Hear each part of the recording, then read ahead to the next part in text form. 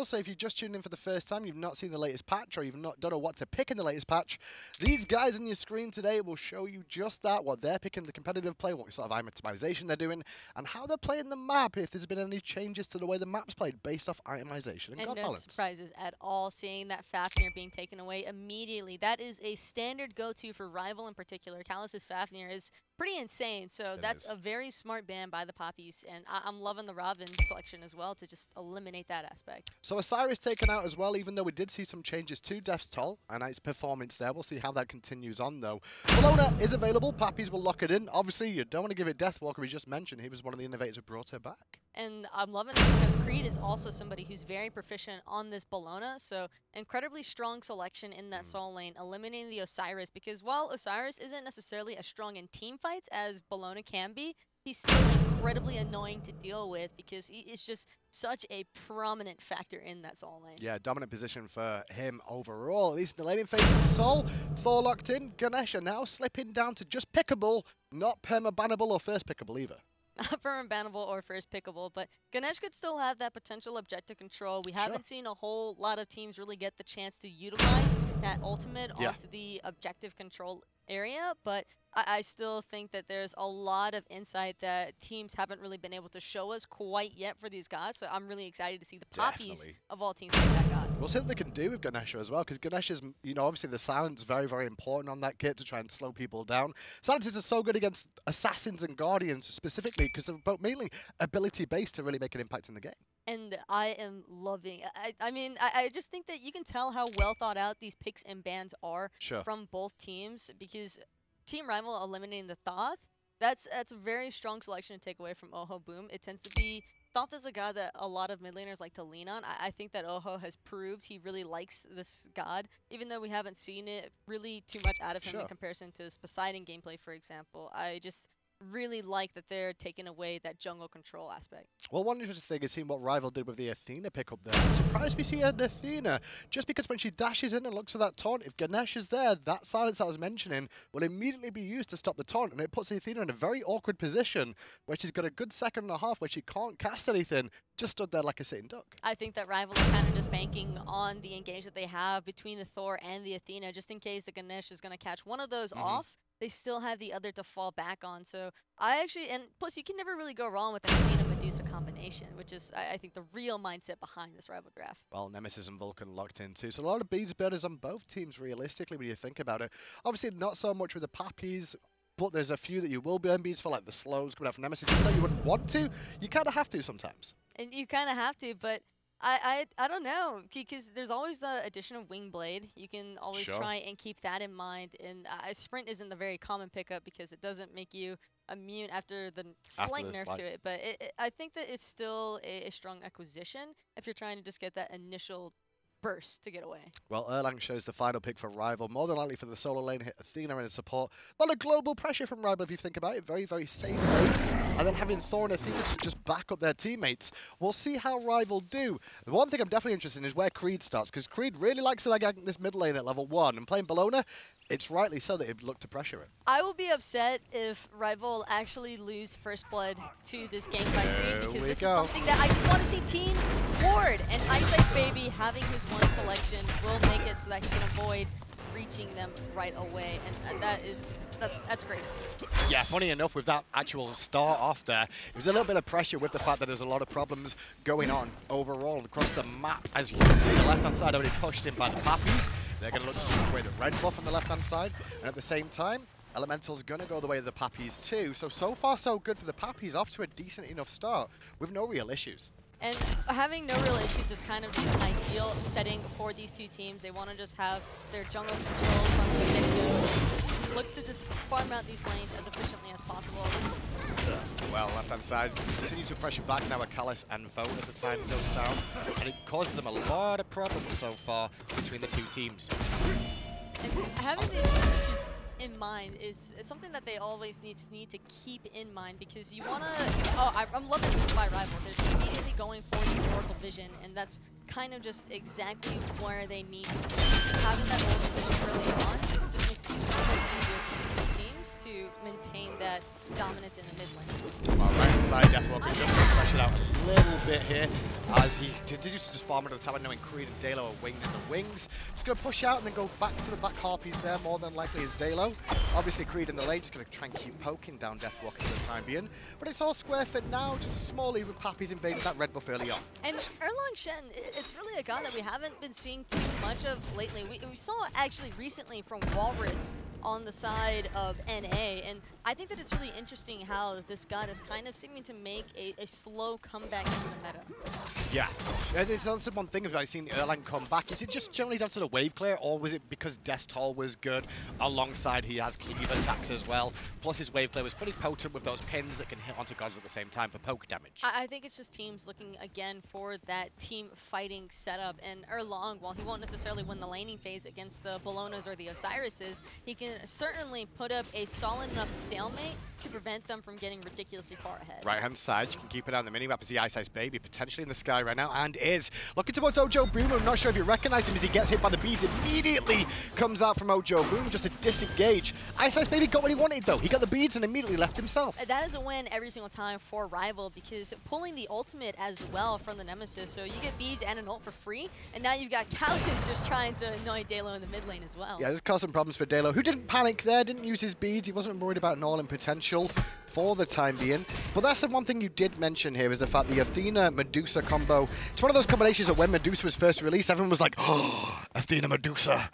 Oh my gosh, that's going to be amazing. And then we don't see it as often as we thought we would in terms of the full combo working so well together. It's just because at a competitive level, teams don't typically stack upon each other. The players are usually spread out enough to make it so it's not as effective. Because if there's an Athena on the enemy team, you should never be grouped anyway. If there's an Athena and a Medusa and you're grouped, you're just asking to get wiped. Well, I didn't mention the relic changes and the relic choices between the two teams right now, but the Papis on the left-hand side, you can see that Draco Marino has actually got the hand of the gods. Meanwhile, his lane opponent, Callus here, started off with Frenzy. And I love the decision by him to look for the hand of the gods, because you just could have the potential for the invades, which is exactly what they're trying to do onto Rival right now. That's an instant secure every single time, and it's solid by Papis. Yeah, just nice, easy, clean, get in, get out, use the hog to your advantage too. Nobody gets caught out. As you saw, Ice Baby had already used his wall, and Callus can't really get in position for the taunt here, so it's just going to go back to farming mid lane with the Papis slowly but suring, keeping the pressure on the left-hand side of the map.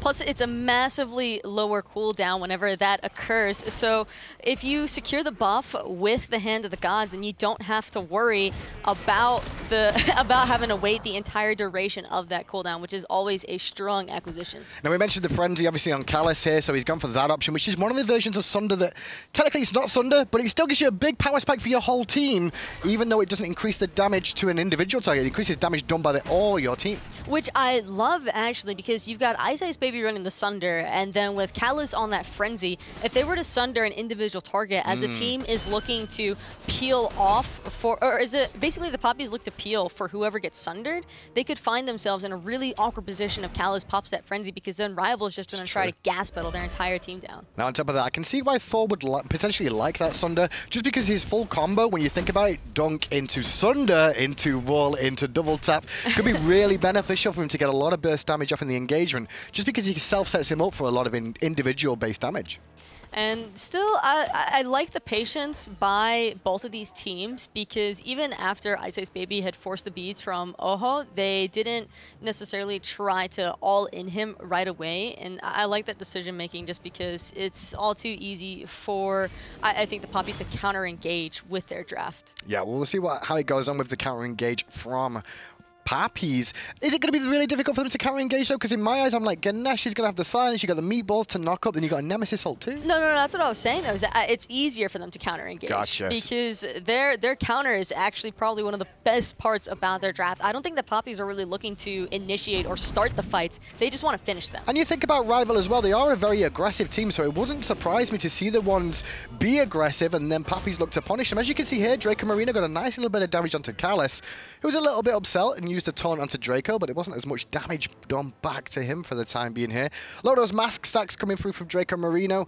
This support player for me is the one that's been a shining star on Papis, just quietly and consistently having good performances. Now on the Ganesh, we'll see what he can do with it. I've always really enjoyed Draco Marino as a solid player. He's very consistent, and I think that consistency on a support can be one of the harder tasks to accomplish. Sure, because you've got to work out every situation, every game changes, and as a support, you could be behind, you could be ahead. Am I setting up? Am I defending? Warchi doesn't get hit by a taunt there, surprisingly enough, and I think if he did realize he wasn't getting hit, he would have been a little bit more aggressive. Dharmic Pillars down from Draco, though. Big ultimate onto Callus will connect, with Dalo looking to follow up for the first blood. Into the sky goes Warchi, and the snipe is good. And the Spanish boys are off to a great start up against Rival. And first blood, Callus being the one to fall just means that this red buff is most likely going to go the way of Papis. They've got the Wrath available, and no doubt, Warchi just gets a refreshment on the red buff. This is kind of standard though, Taco. I've seen it's a support that's focused down early on. Generally, the supports are one of the easiest ones to get, so they get a few more levels online, get a couple of items under their belt to be able to sustain and survive these little burst damages. So Papis playing this well, because it was Rival the ones that, you know, were slightly out of position there. They're the ones that went aggressive first of all, with Callus missing that taunt. They were probably just so confused by the fact that they had a ROM rolling into them, because typically it's not the ADC looking to start things off, and Warchi was ready to go in, and I just love the follow-up by the Papis. And you say that it might not necessarily be that easy for them to capitalize onto slight mispositionings by Rival, but with the Nemesis on your side, supports aren't really ever going to be that tanky. Harpy's really focused over there between both teams, but Rival come out with both of them there. Papis gave up the goose for a second, was a little bit concerned about the pressure coming out from Rival coming across this side of the map. Just being respectful of the engage that Rival have to their name at the moment, and that's the main thing to watch for here, is it should be Rival on the engagements, it should be Papis on the counters every single team fight.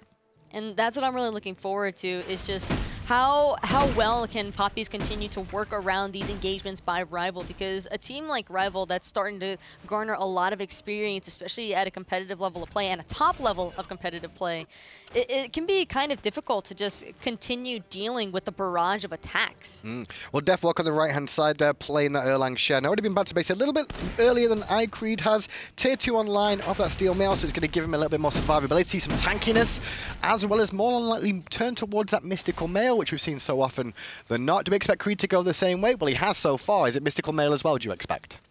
I would like to see the Mystical Mail, personally, but I wouldn't be surprised if it was a Nemean Lion, for instance, because a couple of solo laners lately have been tending to lean towards the Nemean against auto attack-based gods, and especially when you're facing off against, on either side, you could really, either of these solo laners could go with the Nemean Lion, because there's auto attack-based hunters on both sides, so it'd just be strong. And I mean, Bologna and Erlang, what do they love doing? They just love slapping each other in the face nonstop. Well, Warchi definitely knows his builds, because normally we would see an Igval coming out of the Hunter in the duo lane, but now that he's up against a magical Hunter, Invoke playing that Sol, you can see that he's gone for the Silver Branch Bow instead. Same thing, he just reduces magical damage instead of physical damage. And if anything, that works slightly against him, but hold that thought, because Dalo could have Rival working against him, and it's going to be Boom backing him up, but Creed made that rotation. He did. He teleported into that left-hand side ward there, but the problem is there's ward coverage down, so Rival know what's happened here.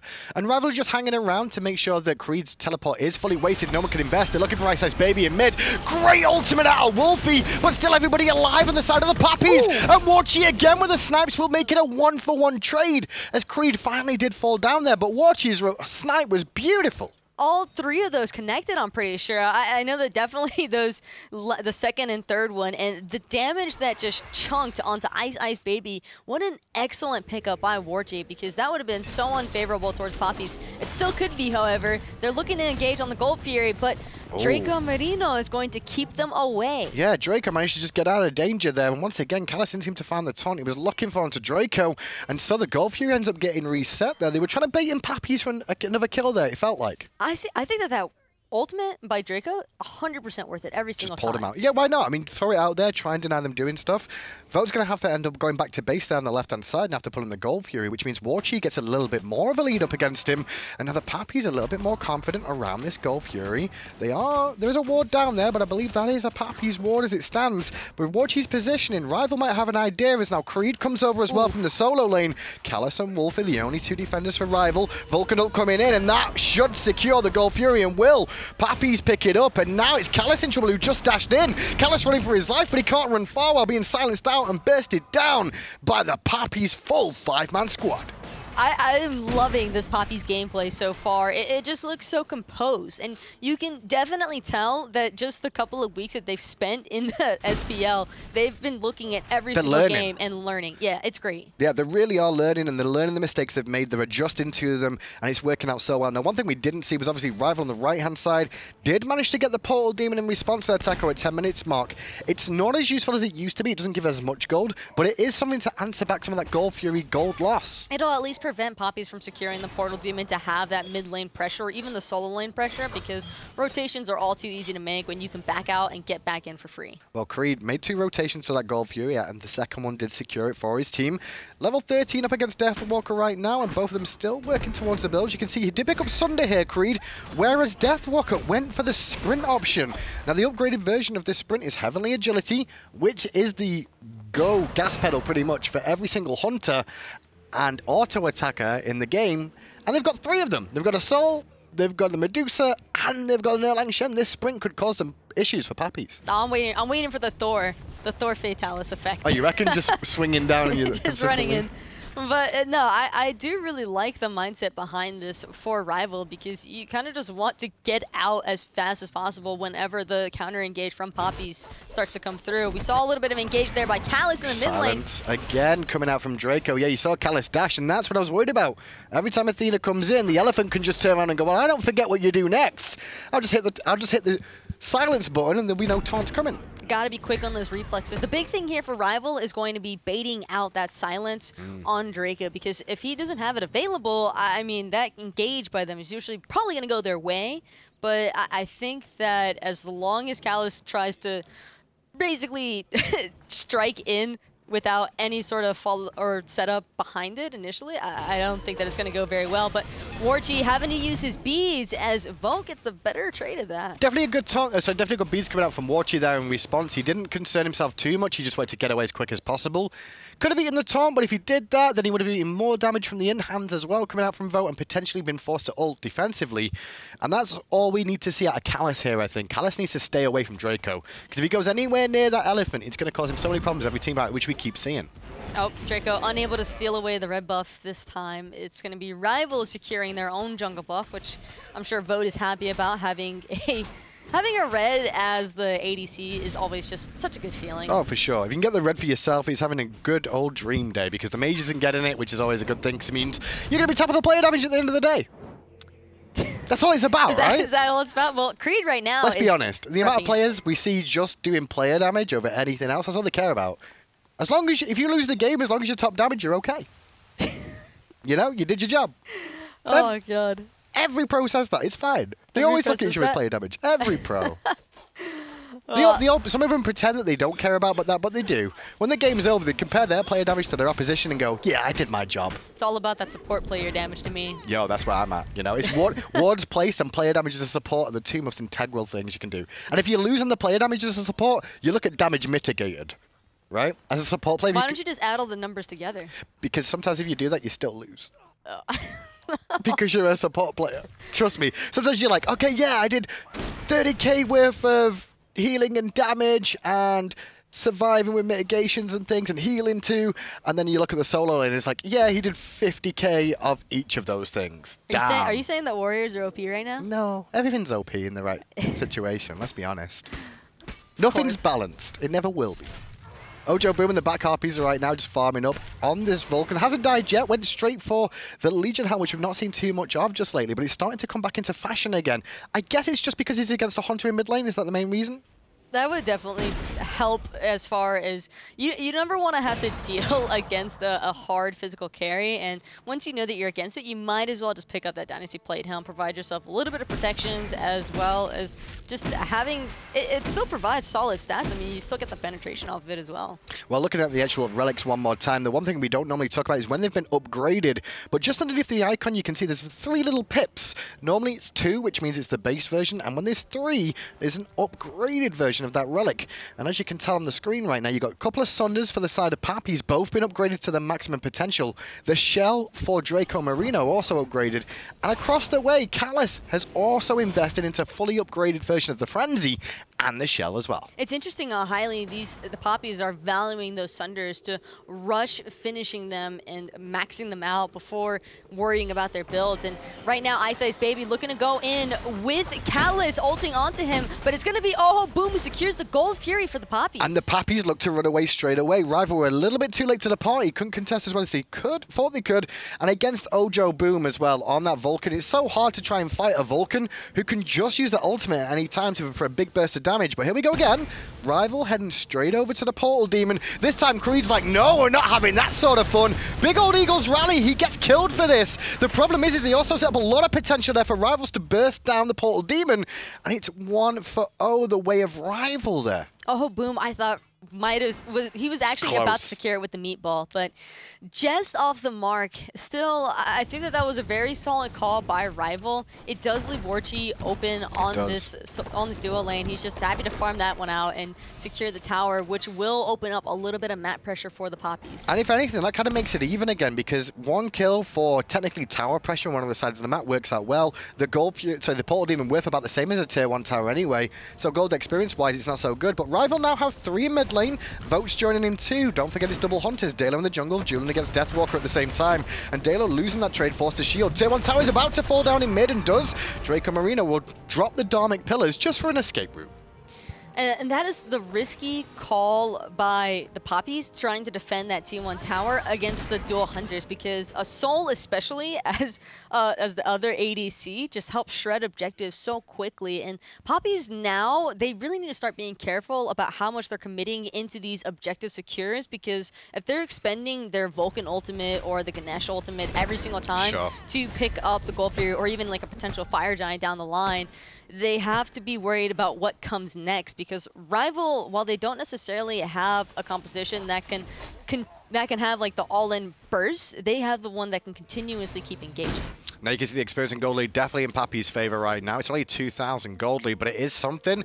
4,000 experience or just under is a little bit better though for the Papis here, getting those extra levels under their belt early on.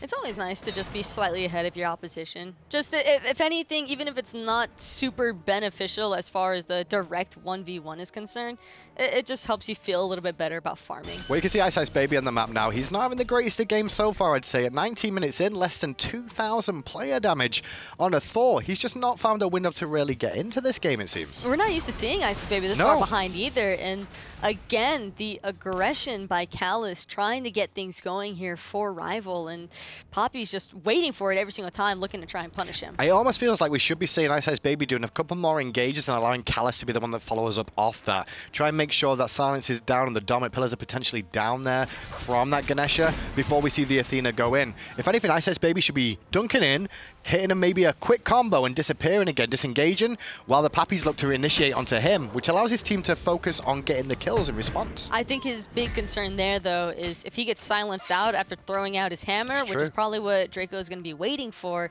he could very well find himself dying pretty quickly. Well, he does have an Aegis as well now, does Ice Baby. We'll see what he can do with that, because he could potentially just absorb quite a lot of damage here.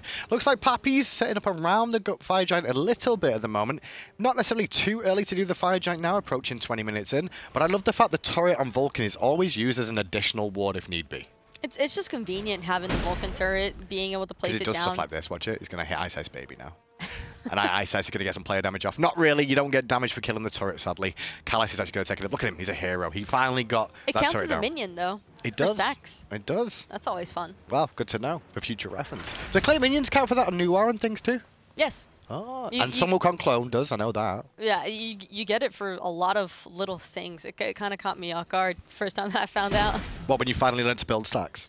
Oh, I mean, nobody ever builds stacks anymore, they really. Don't? Well, it's like coming back. It's making a comeback. Rage. Everyone builds rage stacks now. Everybody wants rage stacks. Those aren't the same kind of stacks. Those aren't the right kind of stacks. How are they not the right kind of stacks? Stacks are stacks. The best kind of builds were like the OG stack builds, where you only build stacking items plus the Fatalis. So like old school Heartseeker. Yeah. The old Heartseeker, the 50-stack Heartseeker. Yeah, Wolfie would get really mad at me for those. Well, everyone's been talking just lately about the tank meta could be on its way, with Sunday taking some nerfs to it. You can see that a lot of more people now going away from the Sunday potentially in the future. A couple more shells now coming online. You can see supports not investing into these Sunders, but from just his first game of the week, you can see still Sunders viable. Sunder, I think, is definitely still viable, especially depending on how you use it. When you have a Nemesis on your side as well, I mean, Sunder, or almost anything, is going to be viable considering just how much the Nemesis ultimate really takes away. If anything, an upgraded Sunder is basically another Nemesis ult anyway. So you've basically got Nemesis with 2 ultimates at any given moment. And by given moment, it's like within a 3-minute window. Stacking them's always fun. It's not fun for whoever gets hit by it, but it's always fun to watch it happen. Well, grouping up around the Gold Fury, which has respawned again, Papis getting the last 2 means that Rival really need to sort out their objective control.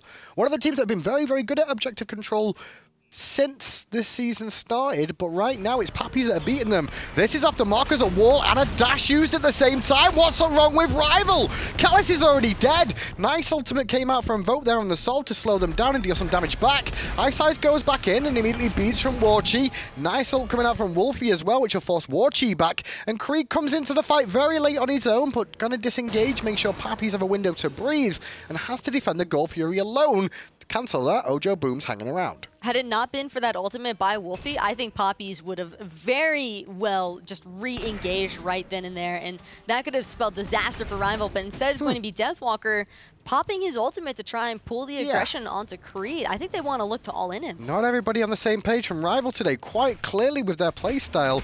I mean, we saw walls and dashes at the same time. We just saw an ult Deathwalker randomly onto Creed when nobody else was ready. And then the time when they do commit onto Creed, he can just still walk away. Nice taunt to Ojo from Callus, but a big silence from Draco, hitting multiple members of Rival saying, no, there will be no follow-up. That silence from Draco has just been so problematic for Rival. They can't find an opening when there are openings. And now Warchi with a full rage online, still building the stacks, but working towards that Deathbringer too. Means that there could be pressure onto Warchi. So Wolfie here, he's already burnt his Aegis. Warchi's second shot didn't hit. His third one hits Deathwalker, who's very tanky, and it won't cause him a lot of problems. But still, Papis looking for aggression in the jungle. And they push them out pretty efficiently. Oh, that Aegis Warchi. Spending it a little bit too early. Yeah, a little bit too early. There was no follow-up from Rival, but then straight after, Callus in trouble again. And once again, Ojo Boom's ultimate comes through to make sure Dalo picks up the kill. Deathwalker's slowed by the Dharmic Pillars, and then he gets picked up by Drelo as well. Creed just happy to just keep wailing away with this mystical male. Dalo looking to support. Meanwhile, the rest of Papis return to the Gold Fury. And they just need to stick to this Gold Fury because Ice Baby, he's got his ultimate available. They do need to be careful for this Thor potential steal, but it's already down. But Draco's back in place. Ice sees him, goes to commit, looking for the pickup of the Ganesh, but Ganesh knocks him up in the sky and silences him out, and the in-hand from Ice Baby. Oh my, Rival are going to lose this game at this rate. They really are. The Papis, the Papis are playing insane. Ganesh open. Like, listen, this is the moment where you can go, okay, Ganesh might be good. You know? It might be good. Because I thought he was going to be. I thought he was going to be okay. The silence is definitely the key, but obviously having the knock-up as well from the charge is very, very useful. And Warchi able to just solo down the portal demon. Papis are in full control of this game now. And I am loving how Papis are really playing this one to their advantage. They are just waiting, and that discipline by the Papis is leading them to coming out victorious in these team fights. Well, Fire Giant was pulled. Warchi rolling on Deathwalker, wants to box him out. Callus going to taunt him in the background. Vote trapped inside that Dharmic Pillar, but luckily enough, he's going to be okay. The silence, though, from Draco sets up Ojo Boom to pick up Deathwalker before Death could get away. Vulcan up lot this time, very good from Ojo Boom, but the snaps from Warchi were better. One more backfire from Ojo Boom could set him up, but with the reinforcements from Rival means Callus should be able to still get away. Still, though, Papis committed. It's a little bit risky to do this, but it's still working out in their favor as they get the tier 1 on the right-hand side. They just need to fall back. Deathwalker is down for another 30 seconds minimum, so already a 45 scenario, and they're expending the Athena ultimate just to try and ensure that Papis aren't rushing down this Fire Giant. Taunt on Callus in the mid lane around the Fire Giant again, I should say. Didn't get any beads that time round out of the Papis members, so it's 8-2, 25 minutes in, and the Papis, yes, the Papis are up about 7,000 gold against Rival. That's incredible. You wouldn't have expected it coming to the split with how Rival performed at the LANs recently and how their season's been going. Well, we said it right before the set even began. If Rival underestimate their opposition, the Papis could very well find themselves a victory. Fire Giant's really low. Fire Giant's down, and now Papis are on the engagement. Draco dashing in, gonna make sure he gets those Dharmic Pillars down perfectly, but he don't get enough of a slow just yet for the rest of the Papis to catch up. Good news is Papis, 5-man strong with a Fire Giant, can now walk towards mid. mid and start stripping down some of these towers. And this isn't really to say anything bad about Rival either. This has really just been an excellent drafting composition by the Papis, and they are executing their comp perfectly. And you can see what Rival's plan was here. Double Hunter, look for tower shred, look for objective control, spread them down quickly, but Papis went for counter engage and burst damage on objectives with the fact they've got that Vulcan on the squad and the Rama too. Two towers down in the mid lane, tier 1 and tier 2 respectively, and the Papis will head straight over to the left-hand side, look to strip the jungle, and maybe a cheeky look towards that tier 2 as well. Best to just secure the T2 tower that's furthest from Fire Giant. If Papis are going to find a pick against a Rival, they want to find themselves in the lane furthest from the Fire Giant just so they can try and secure that Phoenix, set themselves up pretty nice in case this fight continues. Well, coming into this set, we mentioned how important the jungle matchup would be on the deaths of that left. We're talking about Dalo versus Ice Baby. And again, Ice has not really been involved in this game. You can see his player damage, 4,000 right now.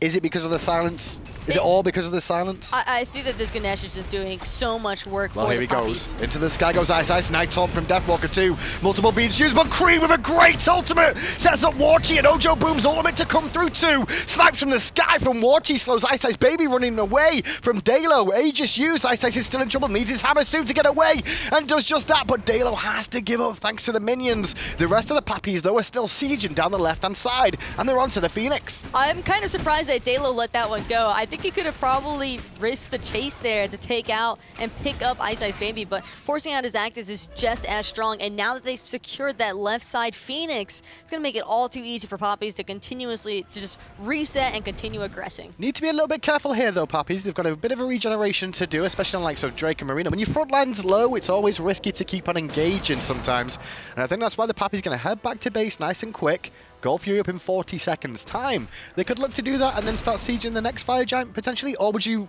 still got enough time on the Fire Giant, would you go mid instead?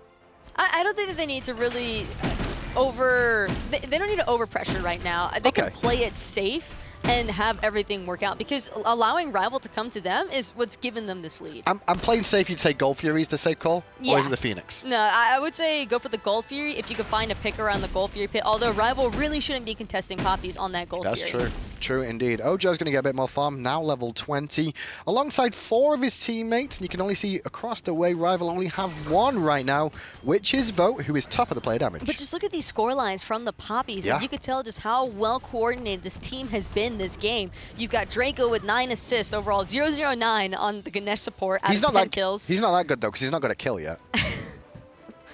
That's okay. What? You just, that's like the rat with no boots thing. I'm just going to make it a thing. Rat no boots, oh no, Ganesha no kills, herped up. That's what, I know Twitch chat's going to do that, so we might as well start it early, right? So get it in before they do? Get it in before they do. Just be like, oh no, Ganesha no kills. Oh, what about Ganesha? Oh man. Tier 2 tower falls down. Look at Rival though, they did the Gold Fury as Papis went for tier 2 and should get this Phoenix before Rival are even there to defend. And leaving for the Gold Fury makes that open, but now it's going to be Callus getting aggressed on yet again. Creed is going to run him down with Dalo, picking up Callus, but they did lose Warchi. Papis need to disengage. Is the first mistake I've seen Papis make this game. They overextended it as only 4 men against 5 because Ojo Boom wasn't even with them at that point in time, and now the Papis have to turn tail and run. Luckily, though, the Fire Giant isn't up for another minute, which means we will see Warchi back on the map in time to defend, but Rival have a chance to do the Portal Demon here for free, which gives them Fire Giant control. I wouldn't say for free. I think that Ojo Boom has enough to contest against this squad. He's got his ult, you're right. Dalo and Draco are hovering around as well. They don't want to let this go for free. And everybody's going to hang here from Papis too. But one by one, they'll have to trip back to base. At least Draco will and Dalo, as they are a little bit lower in health than they would like to be. Deathwalker on the left-hand side, dealing with the fire minions as Draco still hanging around this Portal Demon. I really like how Creed is kind of just harassing the members of Rival, really not wanting to permit them to come into this Fire Giant pit for free. Yeah, we'll see what they can do now as the Portal Demon still leashed. Creed happy to tank it up with the Mystical Mail as the turret just continues to wail away. Ojo Boom holding abilities here until it gets low. You can see that. But they're going to come out to Wolfie. The Dharmic Pillar's down from Draco. And in goes Creed again to follow up. And there's the ult from Ojo. Boom! Wolfie is down. Ice Baby on the run. Creed giving chase. Meatball Mariana from Ojo too. And Ice is still alive, but Vote is getting trickly low thanks to the Mystical Mail. Why is Creed still alive, just wailing into everybody on Rival? He's just He's just pressing W at them, no problem. W and just holding left click, and he's coming up big. Papis end up winning a fight that wasn't necessarily in their favor at the start. They get the Portal Demon with Warchi back. They're starting the Fire Giant. And I loved how long Oho Boom held his ultimate. As soon as he started moving towards that little tunnel alleyway between the speed buff and the blue buff, you could tell he wanted to launch that ultimate. He waited for the ult secure from Kree to ensure that Wolfie wasn't going anywhere. And now Warchi at 5 stacks of that rage. We'll head back to base, get a couple more wards for him and his crew, using the portal to come back. And there's only one Phoenix really for them to look at, the mid lane. The left money's respawning. Would you look to push that in first of all, Taco, or would you let the minions try and do that while you focus mid? You want to push up the minion wave at least in that left-hand side, because you're still going to have fire creep waves remaining. And so if Rival are having to worry about the fire creeps pouring into that left-hand Phoenix, it leaves them pretty open on their mid lane. Well, Creed's the furthest forward right now, heading around to this left-hand side. Couple of defenders there for Rival as it stands. They'll be looking to defend this, but they won't defend this as hard as they will the mid lane. No, because mid lane is actually a full health Phoenix. It's a lot more difficult to contest a Phoenix that you've already lost all your health on. Definitely a couple of good situations now for the Papis to be in, continuing to pressure on. A couple of Spirit Robes coming through, as you can see, on multiple members now of the Papis, just denying those taunts even more, which is the only real setup they've got over the Nice Ice Baby, who's going to the sky right now, looking to initiate.